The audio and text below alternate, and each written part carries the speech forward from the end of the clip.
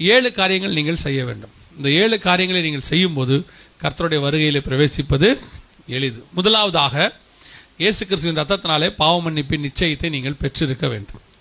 இயேசு என் பாவத்தை மன்னிச்சிருக்கிறாருங்கிற நிச்சயம் இருக்கணும். இல்லைங்க, நான் கிறிஸ்தவ குடும்பத்தில் பிறந்தேன், நாங்கள் பரம்பரையாக கிறிஸ்டின், தலைமுறையாக கிறிஸ்டின், நாங்கள் ஊழியக்கார பரம், நீங்கள் யார் வேணா இருந்துக்கோங்க. ஆனால் வசனம் சொல்லுது, என் தாய் என்னை பாவத்தில் கற்பம் தரித்தாள். பிறந்த அத்தனை பேருக்கும் என்ன வேணும்? ரட்சிப்பு வேணும்.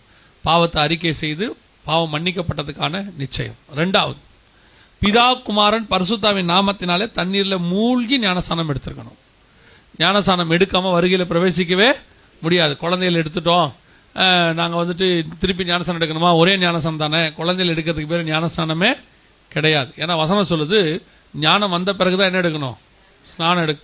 எப்போ ஞானம் வரும்? கர்த்தருக்கு பயப்படுதலே ஞானத்தின். எப்போ கர்த்தருக்கு பயப்படுவோம்? தீமை விட்டு விலகுதலே கர்த்தருக்கு பயப்படுகிற பயம். அப்போ எப்போ ஞானஸ்தானம் எடுக்கணும்? தீமை விட்டு விலகி கர்த்தருக்கு பயந்து பாவத்தை அறிக்கை செய்து நம்ம என்ன செய்யணும்? பாவத்துக்கு மரித்து நீதிக்கு உயிர்த்தெழுதல். அந்த ஞானஸ்தானத்தை நீங்கள் எடுக்கணும். எடுத்திருக்கிறீங்களா? இல்லைனா அதை கண்டிப்பாக எடுக்கணும். எடுக்காவிட்டால் வருகையில் போக முடியாது. 3வது, எபேசியர் 4:30 சொல்லுது, மீட்கப்படும் நாளுக்கென்று முத்திரையான பரிசுத்த ஆவியானவர்.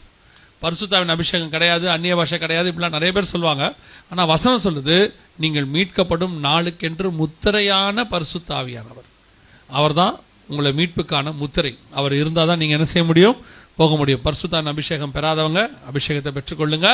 உங்கள் சபையில் நடக்கிற அபிஷேக கூட்டத்தில் கலந்து கொள்ளுங்க. வாஞ்சியும் தவணம் உள்ள ஆத்துமாக்களை கர்த்தர் என்ன செய்கிறாரு? நிரப்புகிறார். 4வது, ரொம்ப முக்கியம், அப்போஸ்தலர் நடபடிகள் 2ஆம் அதிகாரம் 40ஆம் வசனம் சொல்லுது, மாறுபாடான இந்த சந்ததியை விட்டு விலகி உங்களை ரட்சித்துக் கொள்ளுங்கள். வேறுபாடு உள்ள வாழ்க்கை. உலகத்துக்கும் உங்களுக்கு என்ன இருக்கணும்? ஒரு வேறுபாடு, வித்தியாசம் இருக்கணும். நீங்கள் அந்த வேறுபாடு உள்ள வாழ்க்கை வாழாம உலகத்துக்கு ஒத்த வேஷம். சிலர்லாம் சபைக்குள்ள ஓகே, வெளியே போனால் அவங்களுக்கு ஏற்ற மாதிரி. அதில் வேற ஒரு பெருமையாக வேற சொல்லுவாங்க. எல்லாரும் என்னுடைய ஆஃபீஸில் குடிக்க போனாங்க, நானும் போனேன், ஆனால் நான் குடிக்கவே இல்லை, கொக்கோலா தான் குடித்தேன். பெருமை அதில் வேற.